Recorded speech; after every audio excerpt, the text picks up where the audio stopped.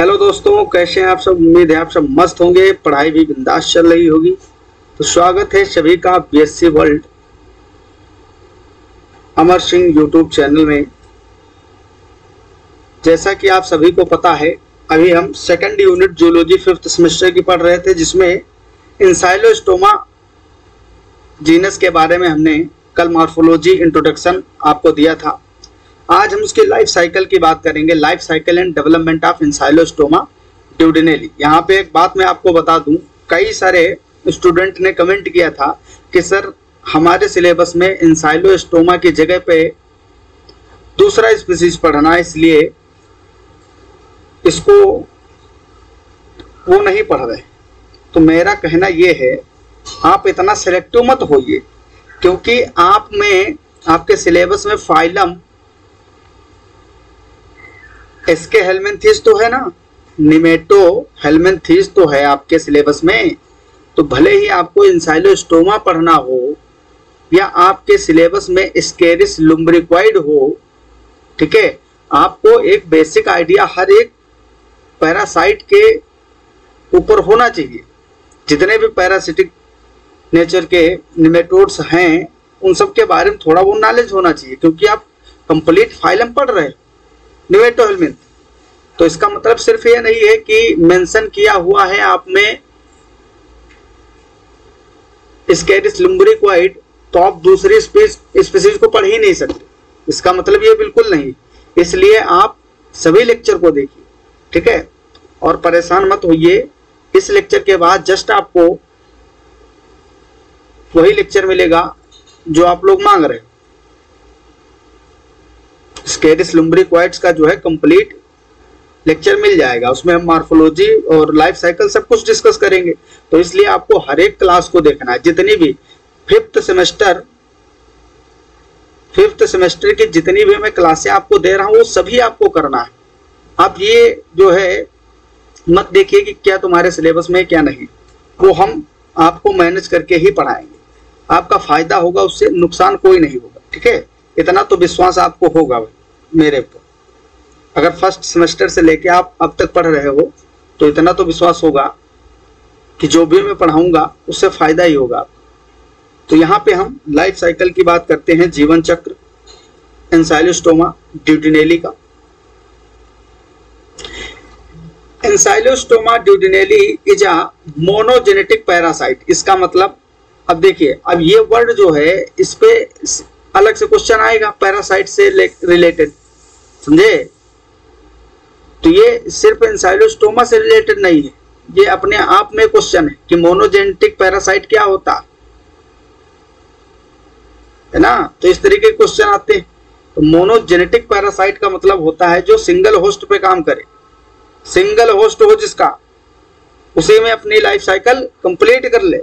जैसे आपका प्लाज्मोडियम होता है, वो डाइजेनेटिक, मोनोजेनेटिक नहीं होता है वो, क्योंकि उसमें फीमेल एनोफ्लिज और ह्यूमन दो होस्ट रिस्पॉन्सिबल है उसकी लाइफ साइकिल कंप्लीट करने में, ठीक है। तो ये जो मोनोजेनेटिक पैरासाइट है, it completes its life cycle in single host, that is human beings, ठीक है। तो ह्यूमन बीइंग्स में ही ये अपना लाइफ साइकिल कंप्लीट करेगा एंसाइलोस्टोमा ड्यूडेनेली। चलिए, सबसे पहले हम बात करेंगे कोपुलेशन की। Copulation occurs in the intestine of the human beings, human being के इंटेस्टाइन में होगा। During copulation the worms appear like a Y shaped figure because of the position of the genital openings. ये important question है। Population के दौरान क्या होता है, वर्म जो होता है वो वाई शेप का हो जाता है। क्यों? इसके जेनाइटल ओपनिंग जो होती है उसके पोजीशन के कारण ये वाई शेप का हो जाता है। कैसा हो जाता है?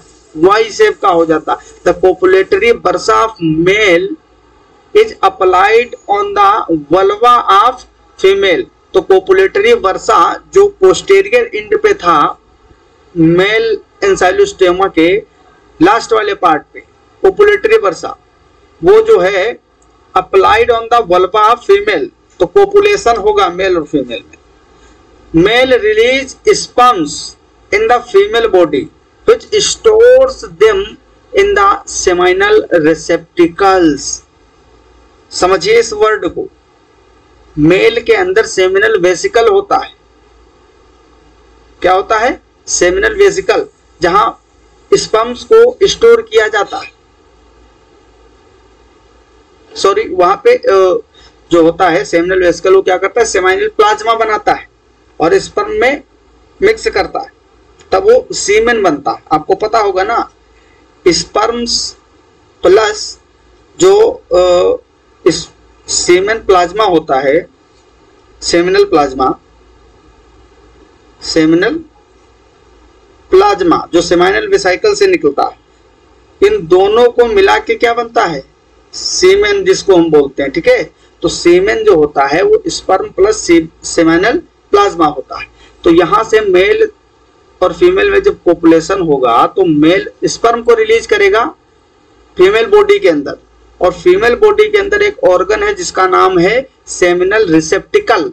अब इसका नाम देखिए, रिसेप्टिकल मतलब रिसीव करेगा किसको? स्पर्म को, और स्टोर करेगा। तो ये जो है सेमिनल रिसेप्टिकल, इस पे क्वेश्चन आता है क्योंकि यहाँ पे थोड़ा सा कंफ्यूजन रहता है। सेमिनल वेसिकल हमेशा आप मेल के अंदर पढ़ते हो, लेकिन ये सेमिनल रिसेप्टिकल है, ये फीमेल के बॉडी में होगा जो स्पर्म को स्टोर करने का काम करेगा। तो ये याद रखना है, ये ऑर्गन फीमेल में पाया जाता है। तो ये तो भैया हो गया स्पर्म। स्पर्म की एंट्री हो गई है फीमेल बॉडी के अंदर। अब यहाँ पे होगा फर्टिलाइजेशन, क्योंकि स्पर्म और एग का फर्टिलाइजेशन होगा। स्पर्म जो है फीमेल बॉडी के अंदर पहुंच गया। Fertilization of the gametes takes place in the seminal receptacle of females. Fertilized eggs have the following distinctive features.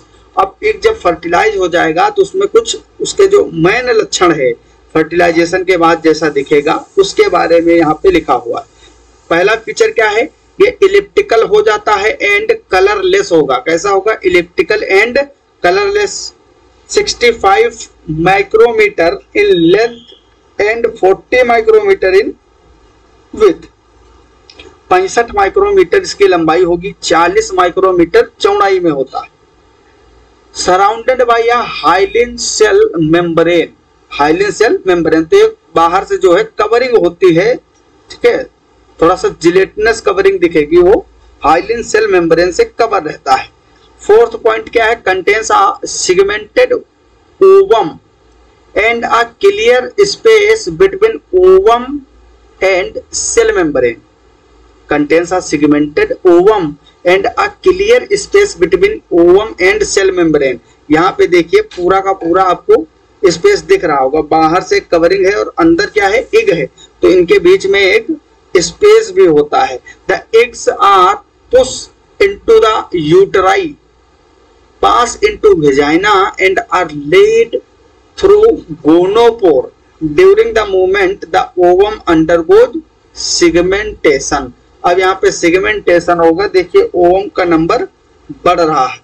पहला जो है अनसेगमेंटेड है और ये सेगमेंटेशन के बाद में 4 सेल्ड स्टेज में आ जाएगा। कितने स्टेज में आ जाएगा? 4 सेल स्टेज में। अब बात करते हैं हम अगले पॉइंट की। फर्टिलाइज्ड एग जो है, अब क्या होगा? ये जहां भी इंफेक्शन कॉज करेगा भाई, जो भी होस्ट है उसके अंदर ये जाएगा, इंजेस्ट किया जाएगा ह्यूमन बीइंग्स के through. Passes of the eggs from the infected host. Infected host, जिस भी व्यक्ति के अंदर ये एग फर्टिलाइज हो गया है, इस चीज को आप समझ पा रहे होंगे। ह्यूमन के अंदर एंसाइलोस्टोमा पैरासाइट बैठा हुआ है इंटेस्टाइन में, और उसी के इंटेस्टाइन में क्या हुआ है? ये एग बन गए हैं। क्या बने हैं? एग। और एग का फर्टिलाइजेशन भी हो गया। अब ये एग जो है, a single female worm lays about 10 to 20,000 eggs per day. सोचिए कितना नंबर है, 10 से 20,000 अंडे एक दिन में बन रहे हैं। These eggs are pass out the human body along with the feces। अब ये जो बॉडी के अंदर जिस व्यक्ति के अंदर एंसाइलोस्टोमा है इंटेस्टाइन में, वहां फर्टिलाइजेशन हो रहा है, इतने हजारों की संख्या में एक पर डे रिलीज हो रहे हैं। अब इसको ह्यूमन बॉडी, भाई इंटेस्टाइन में है तो फीसेस के थ्रू बाहर आने के पूरे चांस है, तो ये ह्यूमन बॉडी से बाहर आएगा फीसेस के through. These eggs are not infective to another individual. Hatching of the larvae important है, ये सब यहाँ से क्वेश्चन खूब ज्यादा पूछे जाते हैं लार्वा से। The larva hatch from the eggs in 24 to 48 hour. Eggs need moist soil, egg को मॉइस्ट सॉइल की जरूरत होती है, लगभग 27 degree Celsius temperature and sufficient oxygen as optimum condition for hatching. In case of adverse condition, eggs do not develop further। अगर उसको favourable condition नहीं मिली तो वो आगे डेवलप नहीं करेगा, वो एग जो है वैसे ही सॉइल में पड़ा रहेगा। Development of larva in soil, अगर कंडीशन फेवरेबल है, मॉइस्ट सॉइल है, 27 या 25 डिग्री सेल्सियस के लगभग टेम्परेचर है, सफिशिएंट ऑक्सीजन, अगर उसको फेवरेबल कंडीशन मिली तो वो सॉइल में लार्वा डेवलपमेंट करेगा, ठीक है, उसका विकास होगा। पहली स्टेज क्या है? First stage larva. The newly hatched larva is called rhabditiform larva और first juvenile stage, that is very very important. ये जो है आपका क्वेश्चन आप मान के चलिए 100% हो सकता है कि एग्जाम में जरूर देखने को मिले। रेडिटिफॉर्म लार्वा जो है इस पर बहुत ज्यादा क्वेश्चन आते हैं। तो फर्स्ट स्टेज इसकी क्या है? न्यूली फॉर्म हैच्ड लार्वा जो है उसको हम क्या बोलते हैं? रेडिटिफॉर्म लार्वा और first juvenile stage. It has been named so because of similarity to another nematode rhabditis. इसका नाम कैसे पड़ा है? एक दूसरा नेमेटोड होता है रेडिटिस, बिल्कुल वैसे ही ये मॉर्फोलॉजी में सिमिलर होता है। It is about 250 micrometer long and possess a rounded anterior end and a sharp caudal end। मतलब पुच्छ जो होगी, पुच्छ नहीं बोल सकते हैं, टेल नहीं बोल सकते, जो पोस्टेरियर एंड है वो कैसा होगा? थोड़ा सा पॉइंटेड होगा, शार्प होगा, और आगे का जो पार्ट है एंटेरियर पार्ट, ये देखिए ये थोड़ा राउंड होगा, राउंड, और पीछे का पार्ट ये पॉइंटेड होता है, ठीक है। The larva is highly active and feeds ravenously on the bacteria in feces and organic matter present in the soil। तो ये जो है क्या क्या फीड करता है? ऑर्गेनिक मटेरियल जो सॉइल में होता है उसको फीड करेगा। डेवलपमेंट इसका जारी रहेगा। अब आती है सेकंड स्टेज, लार्वा की second stage. The larva grow rapidly and moult मतलब निर्मोचन होंगे इसमें, बार बार ये निर्मोचन के थ्रू इसका जो है मॉर्फोलॉजी बदलती चली जाएगी। मोल्ट ट्वाइस इन 1 वीक, एक वीक में 2 बार इसमें निर्मोचन होगा, मोल्टिंग होगी, मतलब अपने कपड़ों को बदलेगा। First molt takes place on the 3rd day, leading to the formation of second juvenile stage। 3rd day पे और दूसरा जो है 7th या 8th डे पे निर्मोचन होता है।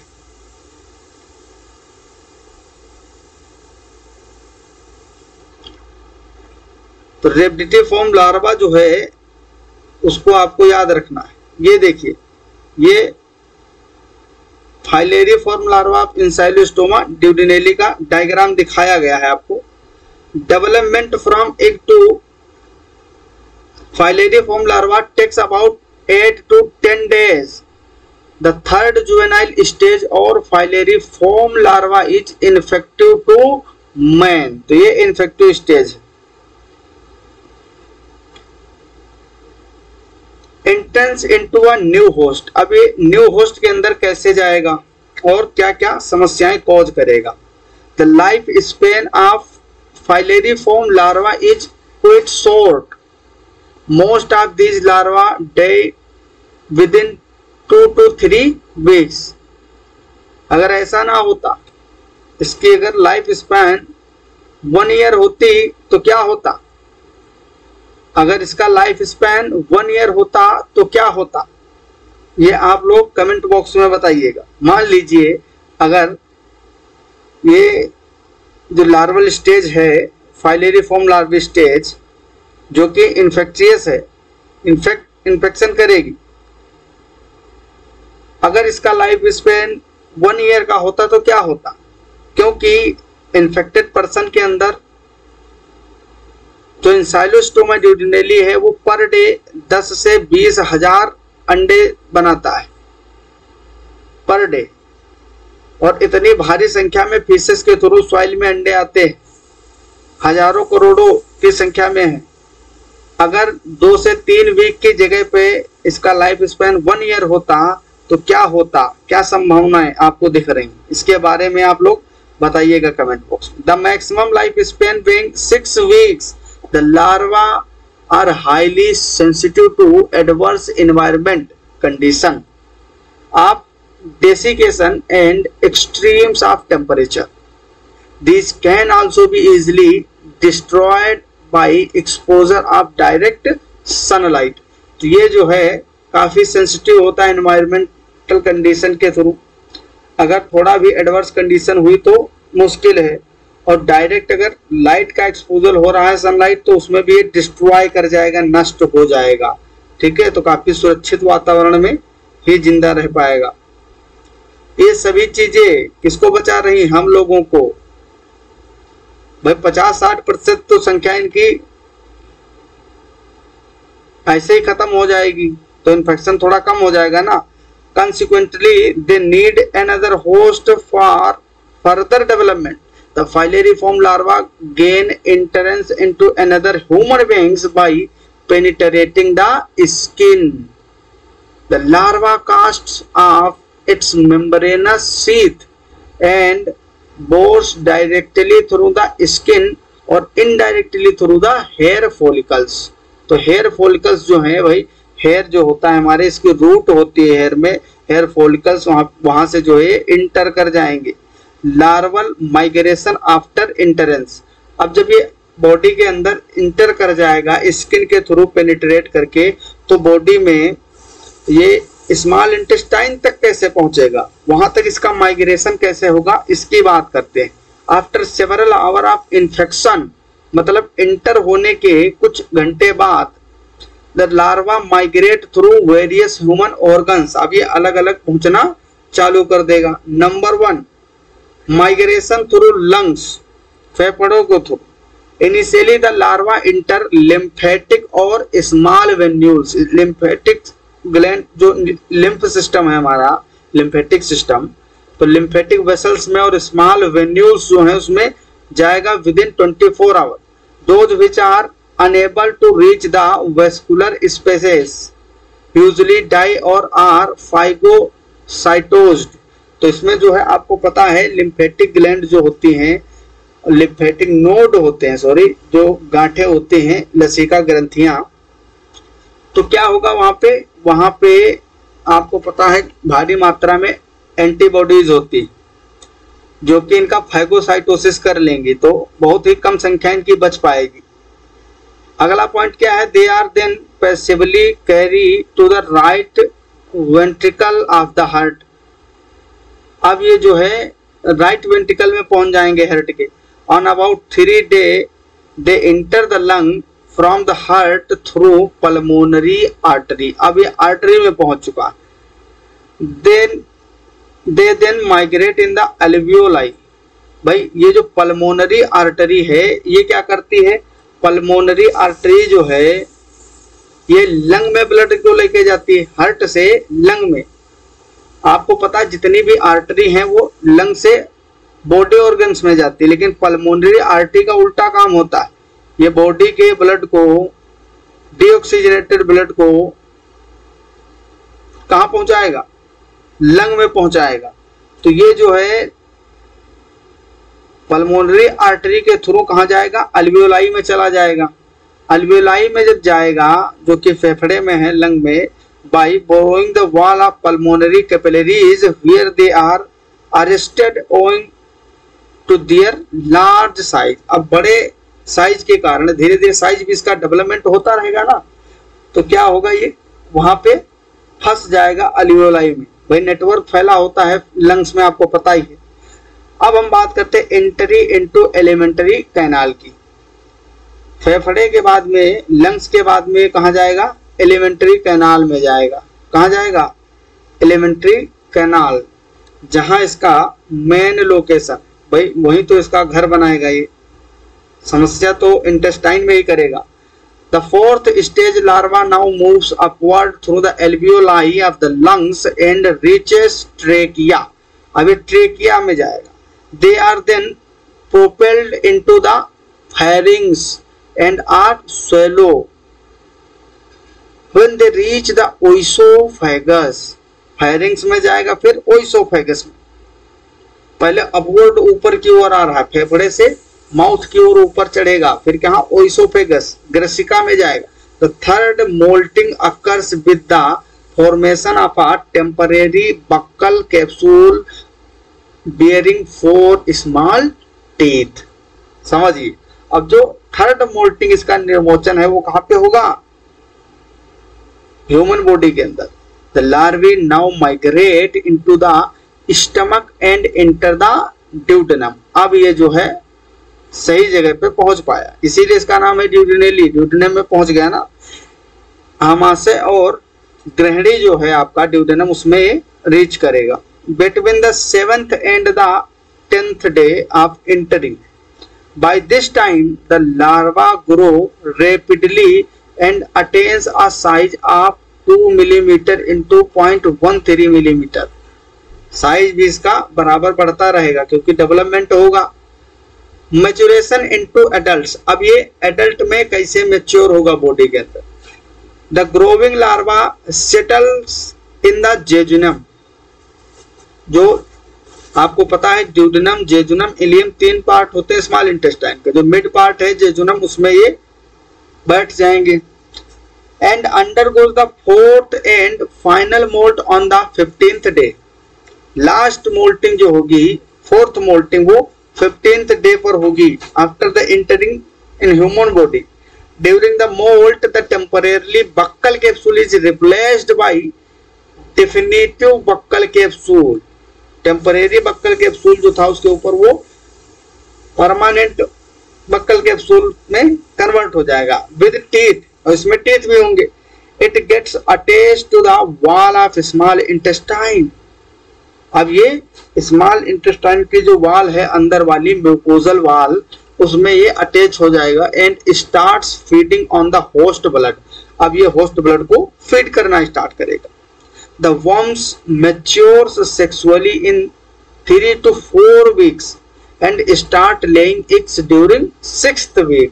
मतलब 3 से 4 वीक तक ये बराबर ब्लड को फीड करेगा, ह्यूमन ब्लड को। कहाँ पे रह के, इंटेस्टाइन में, स्मॉल इंटेस्टाइन। और लगभग 6 वीक के बाद क्या करेगा, 6 हफ्ते मतलब लगभग 1.5 मंथ जो हो आपका, इसके बाद में क्या करेगा, ये भी एग का फॉर्मेशन स्टार्ट कर देगा। मतलब ये सेक्सुअली मैच्योर हो जाएगा और एग का फॉर्मेशन करेगा। फिर से क्या होगा, ये इसके अंदर एग में फर्टिलाइजेशन होगा, और ये फर्टिलाइज्ड एग जो हैं वो फीसेस के थ्रू बाहर आएंगे सॉइल में। और अगर इनके पास फेवरेबल कंडीशन हुई तो ये क्या करेंगे, फिर से इन्फेक्ट करेंगे। तो यही लाइफ साइकिल चलती रहती है। अब यहाँ पे देखिए नंबर 1, एग इन फीसेस। फीसेस के थ्रू, ह्यूमन फीसेस के थ्रू एग बाहर आएगा सॉइल में। फिर रेप्टिफॉर्म लार्वा बनेगा। ये जो है रेप्टिफॉर्म लार्वा है, वेरी इंपॉर्टेंट। देन उसके बाद में इसमें टोटल जो है 3-4 स्टेजेस हैं लार्वा की। तो लास्ट जो इन्फेक्टिव होता है वो कौन सा फॉर्म है, ये भी इंपॉर्टेंट है, आपसे पूछा जाएगा कि इन्फेक्टिव फॉर्म कौन सा है। तो फाइलेरी फॉर्म लार्वा बनेगा, और ये कहाँ इंटर करेगा, ह्यूमन स्किन के थ्रू। ह्यूमन स्किन के थ्रू जो हेयर फॉलिकल्स हैं, अदर जो पोर्स हैं स्किन पे, उसके थ्रू ये इंटर कर जाएगा। ठीक है। Filariform larva penetrate penetrates skin, और स्किन के थ्रू ये अंदर जाएगा, फिर लंग के थ्रू, लंग से कहाँ जाएगा, सबसे पहले ये लिम्फेटिक सिस्टम जो है उसमें जाएगा, लिम्फेटिक सिस्टम और स्मॉल वेन्यूज में इंटर करेगा, देन उसके बाद में ये कहाँ जाएगा, हार्ट में जाएगा, और पल्मोनरी आर्टरी के थ्रू ये लंग तक पहुंचेगा, लंग में एल्वेलाई में जाएगा, फिर वहां से ये अपवर्ड रीच करेगा ट्रेकिया में, देन ट्रेकिया के बाद ये फायरिंग्स में जाएगा, और फायरिंग से ओइसोफेगस, ओइसोफेगस से तो आराम से सीधा ये स्टमक में जाएगा, स्टमक से भाई एलिमेंट्री कैनाल तो एक पूरा प्रॉपर ट्रैक्ट है, तो उसमें तो आराम से मूव करेगा फूड के साथ, तो ये स्टमक, देन उसके बाद में स्मॉल इंटेस्टाइन में जाएगा, और ड्यूडेनम से होते हुए जेजुनम में सेटल हो जाएगा, फिर स्मॉल इंटेस्टाइन में ब्लड फीड करेगा, और ब्लड फीडिंग के साथ में ये मैच्योर होता जाएगा, देन एडल्ट में जब कन्वर्ट हो जाएगा तो क्या करेगा, फिर से एग का फॉर्मेशन करने लगेगा। Adult is small intestine, adult in small intestine, तो ये स्मॉल इंटेस्टाइन में आपको दिखाया गया है। तो ये है इसका लाइफ साइकिल, इस तरीके से कंप्लीट होता। अब हम थोड़ा सा भी ट्रीटमेंट वगैरह के बारे में भी बात करेंगे। यहाँ पे mode of infection of hookworm, the duration between the infection and the first appearance of the egg in the faeces is about 6 week. Number 1 हम बात कर रहे हैं अभी, ये अगला पॉइंट है, आप लोग नोट करिएगा, mode of infection of hookworm. Hookworm का कैसे जो है इन्फेक्शन कोज करता है, क्या method. Infection generally takes place when the man walk barefooted on the soil, ठीक है, तभी जो हमारे पैर हैं, फुट हैं, उसके थ्रू, स्किन के थ्रू अंदर जाता है, contaminated with feces. It is believed that the larvae are attracted by the warmth of the human skin and they enter through contact. The most common sites of entry are, कौन कौन सी जगह जहां से enter करेगा, delicate and thin skin between the toes, toys के बीच में आपको पता है थोड़ा थिन स्किन होती है, dorsum of the feet and inner side of the sole. तो ये कुछ इंपॉर्टेंट लोकेशन बताए गए जहां से ये बॉडी में इंटर करता है, human body. Larvae can also enter the body through soft hand and palms, soft hand और पाम जो है हमारी हथेली, उसके थ्रू अंदर जा सकते हैं, specially in gardeners and miners. Infection may also take place during handling of feces, soiled clothing, left damp of 4 to 5 days. The possibility of intrauterine infection has also been reported, मतलब intrauterine infection जो है वो भी हो सकते हैं। The infection can also take place by drinking water contaminated with soil containing filariform larva. अगर मान लीजिए कि वाटर में सॉइल मिली हुई है, थोड़ा सा सॉइल कंटेमिनेटेड है और उस सॉइल में फाइलेरिफॉर्म लार्वा था, तो ड्रिंकिंग वाटर के थ्रू भी ये फैल सकता है। Factors affecting the transmission of hook worm, कौन कौन से फैक्टर हैं जो इसके ट्रांसमिशन को अफेक्ट करते हैं। There are almost 1 billion infections with hookworms in the world today. समझिए कितना खतरनाक इन्फेक्शन है। देयर आर ऑलमोस्ट 1 बिलियन 1 अरब infections with hookworm in the world today.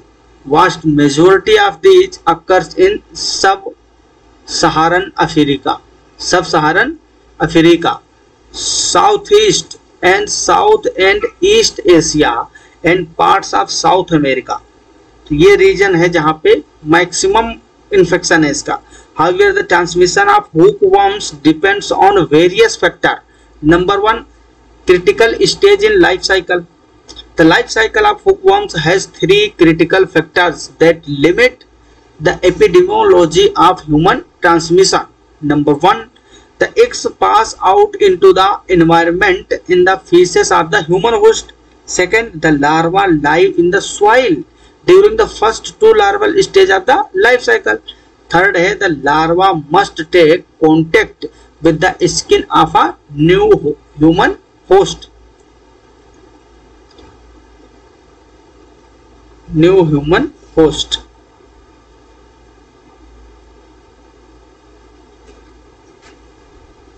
कौन सी स्लाइड थी भाई, कुछ गड़बड़ हो गया क्या?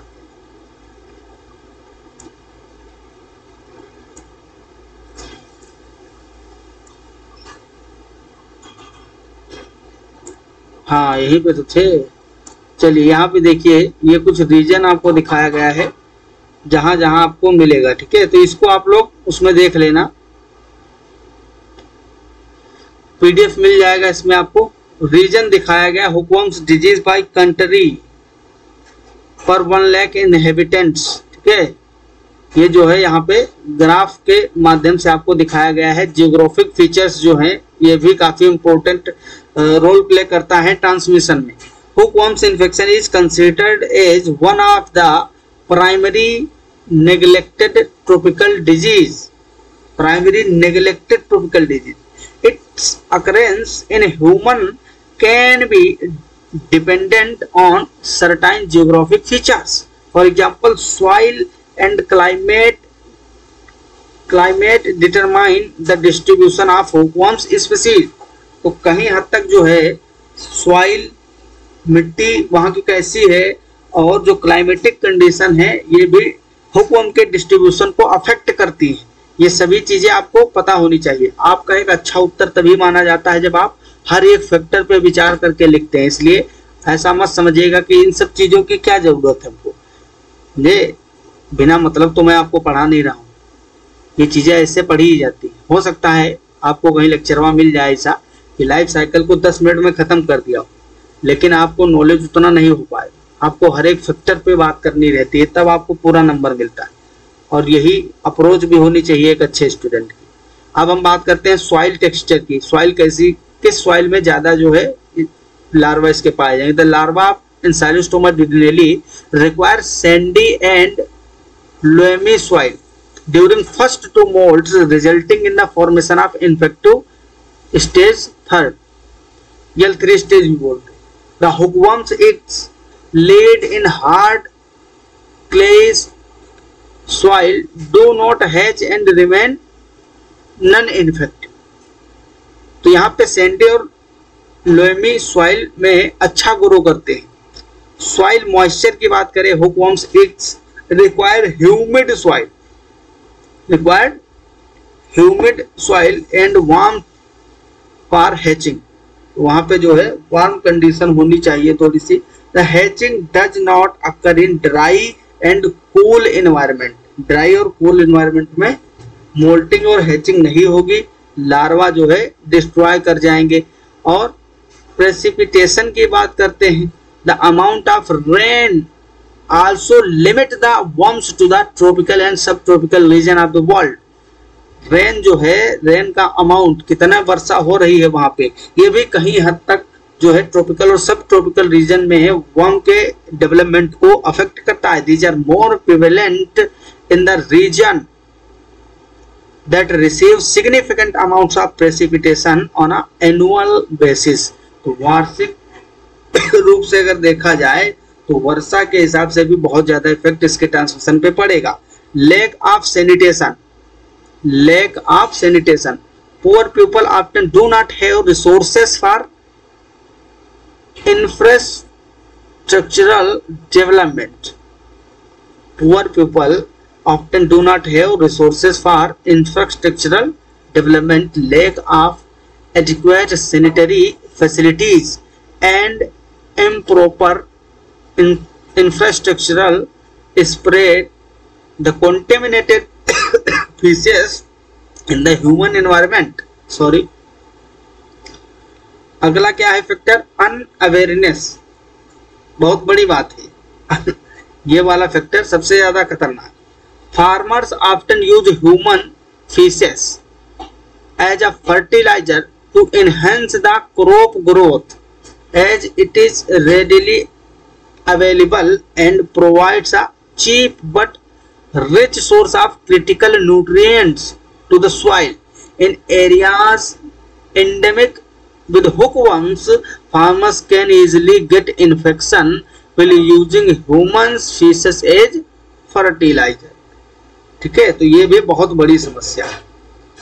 अब हमारा अगला पॉइंट है पॉइंट नंबर 9, पैथोजेनिसिटी, जो इसकी रोग जनकता है उसके बारे में थोड़ा सा हम बात करेंगे, पैथोजेनिसिटी के बारे में। Hookworms causes hookworm disease in human beings called ancylostomiasis. Ancylostomiasis, the disease is characterised by severe anaemia, ये मुख्य लक्षण है इसके। The pathogenic effects can be caused by larval stage as well as adult forms. Number 1, pathogenic effects caused by larva के द्वारा जो परजीवी effect आएंगे, पैथोजन रोग कारक प्रभाव जो आएंगे उसके बारे में थोड़ा सा हम बात करते हैं। The larval forms of ancylostoma duodenale causes pathogenicity while entering into the body and migrating through the lungs. The effects caused are as follows. Number 1, ground itch. आप खुद सोचिए भाई, जब लार्वा पूरे बॉडी में सर्कुलेट कर रहा है इस तरीके से, लंग में जा रहा है, ट्रेकिया में जा रहा है, इसोफेगस, इंटेस्टाइन, तो समस्याएं भी तो कॉज करते जाएगा। कुछ ना कुछ इफेक्ट, भाई बाह्य ऑर्गेनिज्म है, बाहर से अंदर बॉडी के अंदर गया है तो कुछ ना कुछ हानिकारक ही होगा। तो ग्राउंड इच के बारे में पहले बात करते हैं। Penetration of hookworm larva through the human causes intense etching. ठीक है, जैसे भी भाई कोई भी अगर वर्म्स या कोई other organism, foreign organism body के अंदर जाता है तो समस्याएं तो पैदा करता है। तो human causes intense etching and inflammation of the skin. क्या होगा? स्किन में इन्फ्लामेशन हो जाएगा। This condition is followed by the formation of skin lesions, मतलब फोल्ड्स बन जाएंगे, कुछ यहाँ पे जो है चकत्ते बन जाएंगे, समझ रहे हो, उस दाग धब्बे दिखने लगेंगे इसके स्किन के ऊपर। Formation of skin lesions in the form of papules and blisters. Blister मतलब ब्लिस्टर लाइक अपीयरिंग दिखेगी स्किन पे। It is called ground itch, comma miners itch, foot itch, toe itch, dew itch और water itch. Second है creeping eruption. Creeping eruption is caused when filariform larva of hookworms wander through the skin for several weeks. The infection is also called cutaneous larva migrans and sandworm disease. तो ये क्योंकि क्यों हो रहा है ये larva के माइग्रेशन से, स्किन में लार्वा माइग्रेशन कर, अगर ज्यादा दिन तक वो स्किन में ठहर गया तो स्किन इन्फेक्शन होते हैं इसके कई सारे, उसको बोलते हैं क्यूटेनियस लार्वा माइग्रेशन। मतलब वो स्किन में ज्यादा दिन तक माइग्रेट करता रहेगा, बॉडी के अंदर घुस ही नहीं पाया। The migration of larva causes severe itching, blisters and rashes which can grow up to 1 to 2 centimeters per day. The infection usually appear on the feet, legs, buttocks or back that have been exposed to the contaminated ground. These races generally appear after 1 to 5 days of exposure. 1 to 5 days of exposure. बस ज्यादा परेशान मत होइएगा, थोड़ा सा ही material बचा हुआ है। वैसे भी स्लाइडें तो काफी सारी हैं, लेकिन आप लोग जो है इसको पीडीएफ फॉर्म में पढ़ लेना। अभी हम बस इंपॉर्टेंट चीजें आपको दिखा दे रहे हैं। यहाँ पे देखिए कुछ थोड़ा बहुत आपको इन्फेक्शन इस पार्ट में दिख रहा होगा। ये पैर है एक इन्फेक्टेड पर्सन का, इसमें देखिए रेड कलर का, रेडिश कलर का आपको इस तरीके से बहुत ज्यादा इन्फेक्शन दिख रहा होगा। तो इस तरीके से ये स्किन में जब माइग्रेट करता है तो इन्फेक्शन भी कॉज होता है, इचिंग होती है, बहुत ज्यादा खुजली होगी, ठीक है, और वहां पे ब्लिस्टर्स बन जाएंगे, दाग धब्बे भी छोड़े गए। सॉरी, देखो क्या लिखा है नीचे, photograph of right foot taken on date of presentation showing typical serpiginous lesion of cutaneous larva migration. तो लार्वा के माइग्रेशन से जो है इस तरीके से लेसन्स आते हैं। यहाँ पे देखिए ये जो है आपको, ये जब माइग्रेट करता है तो इस तरीके के आपको इन्फ्लेमेशन देखने को मिलेंगे, घाव देखने को मिलेंगे। Lesson in the lungs, lung की बात करते हैं भाई, लंग में भी तो ये मूव करता है। When hookworm larva migrate through the lung, the larva break through the pulmonary capillaries and enter the alveolar space, it results in noticeable eosinophilia. क्या होगा? इओसिनोफिल्स, नंबर ऑफ इओसिनोफिल बढ़ेगा, इंक्रीज काउंट ऑफ इओसिनोफिल्स। तो eosinophilia तो मैंने इससे पहले भी आपको बताया, कोई भी इन्फेक्शन हो स्नोफिलिया तो हो ही जाता है, वो तो नंबर ऑफ इओसिनोफिल तो बढ़ेंगे ही, बढ़ ही जाते हैं। Further will passing through the lungs there may be spells of coughing with sore throat and bloody sputum.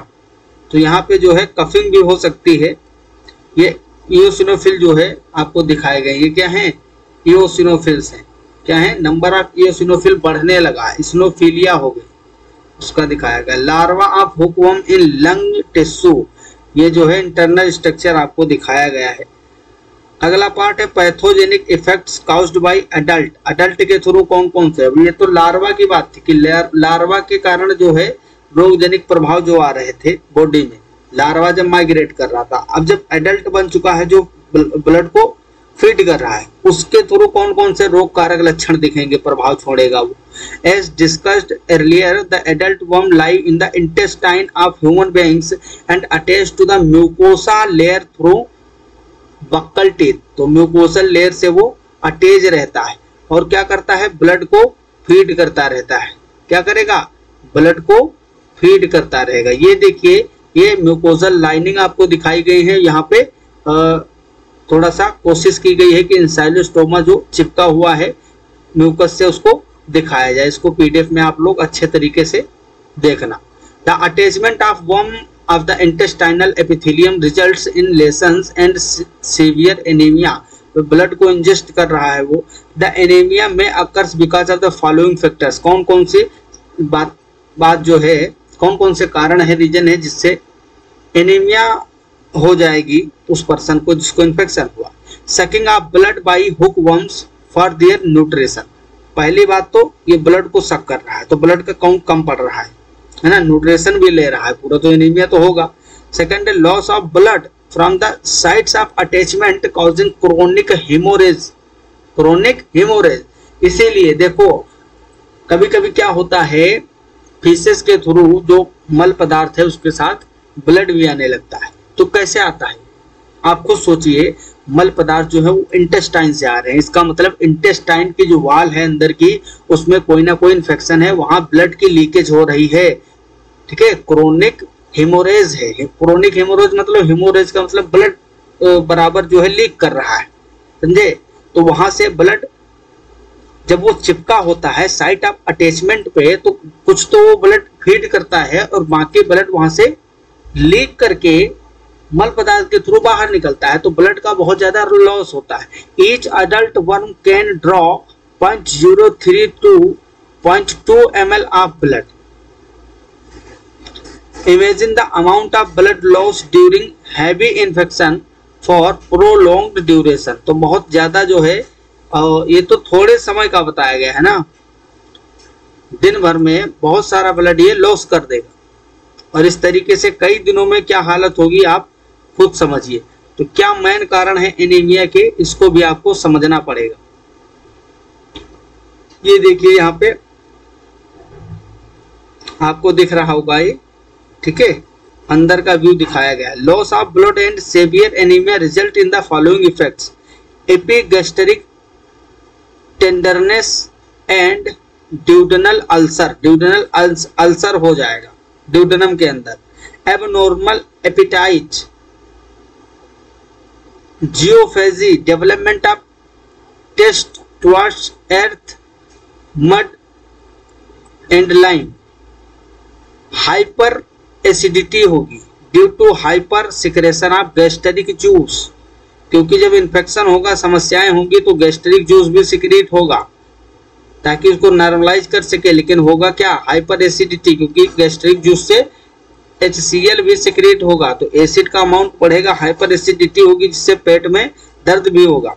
ठीक है, एब्डोमिनल पेन भी होगा, कॉन्स्टिपेशन हो जाएगा, समटाइम्स फैटी डायरिया भी होगी, pale skin and mucous membranes of the eye, lips and tongue, puffy face with swelling of lower eyelids, नीचे का ये आंखों के नीचे फूल जाएगा, eyelids, feet and ankle oedema, ankle oedema, protuberant abdomen and dry lustreless hair. तो इसके ये सब लक्षण है, बहुत सारी समस्याएं होती हैं। Person with such severe symptoms can't survive long unless the worms are removed from the body. तो अब हम बात करेंगे डायग्नोसिस की, डायग्नोसिस ऑफ एंसाइलोस्टोमियासिस, इसको हम कैसे डायग्नोस्ट कर सकते हैं। नंबर 1 है माइक्रोस्कोपिक एग्जामिनेशन।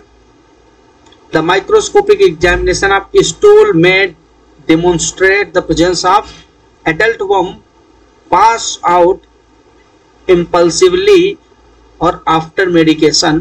Second है hookworm eggs pass out through feces। तो सबसे पहले हम जो है स्टूल का माइक्रोस्कोपिक एग्जामिनेशन से एडल्ट और लार्वल दोनों स्टेजेस का पता लगा सकते हैं, इंफॉर्मेशन मिल जाएगी हमको। Each worm generally produces 30 eggs per gram of feces for a day. The worm load is thus quantified by the counting of eggs. However, identification of species is carried out by examine the adult worms passed after medication. Study of duodenal content। ठीक है। Second क्या, पहला तो आप stool का microscopic examination करिए, वहां से आपको पता चल जाएगा। दूसरा है भाई जो इन्फेक्टेड पर्सन है तो उसके अंदर अगर एडल्ट वर्म है तो उसके स्टूल में फीसेस में बराबर प्रॉपर एग्स आते होंगे ना, एक तो मिलेगा, तो उसका एग्जामिन करोगे पता चल जाएगा। सेकंड क्या है, कैसे पता चलोगे कि व्यक्ति को क्या इन्फेक्शन है, इसी का हुकवर्म का इन्फेक्शन है, तो इसलिए आप उसका जो ड्यूडेनल कंटेंट है, मतलब छोटी आंत का जो सबसे पहला पार्ट होता है ड्यूडेनम, ग्रहणी, उसमें जो मटेरियल है, फूड है, उसकी जांच करोगे आप। ड्यूडेनल कंटेंट की स्टडी करनी पड़ेगी, जिससे हमको पता चल सकता है, उससे हमको पता चलेगा कि क्या बात है।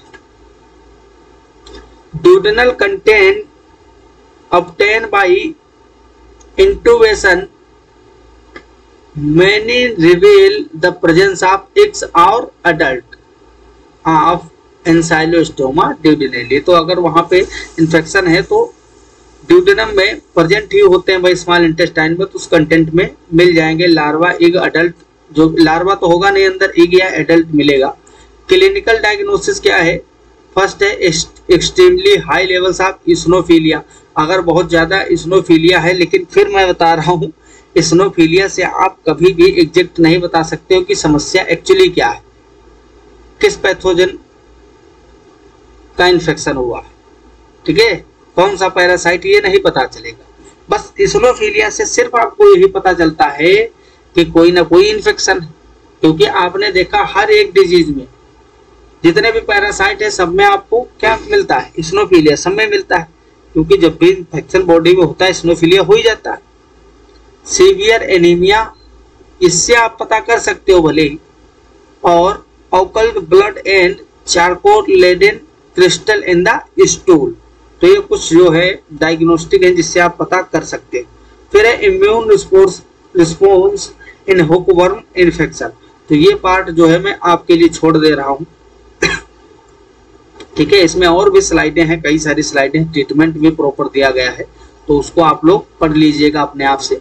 और लाइफ साइकिल मैंने समझा दिया है कि किस तरीके से एग से लार्वा आएगा, टेंटेटिव फॉर्म लार्वा बनेगा, फिर फाइलेरी फॉर्म लार्वा बनेगा जो कि इन्फेक्टियस स्टेज है लार्वा की, बॉडी के अंदर इंटर करेगा, फिर किस तरीके से एडल्ट में कन्वर्ट होगा, इंटेस्टाइन में अटैच होकर ब्लड को फीड करेगा, देन उसके बाद में वो भी एग प्रोड्यूस करेगा और बाहर आएंगे फीसेस के थ्रू, फिर से लाइफ साइकिल कंप्लीट करेगा। तो ये इन्फेक्शन चलता रहता है। तो आई होप आपको कंप्लीट लाइफ साइकिल समझ में आई होगी। अगर वीडियो अच्छा लगा है तो आप लोग जरूर लाइक करिएगा, शेयर करिए अपने मित्रों के पास, जितने भी दोस्त हैं आपकी क्लास में उनको भी शेयर करिए। और चैनल को अभी तक सब्सक्राइब नहीं करे हो तो जल्दी कर दीजिए। मिलते हैं अगले लेक्चर में, तब तक के लिए okay bye, all the very best, thanks for watching, जय हिंद जय भारत।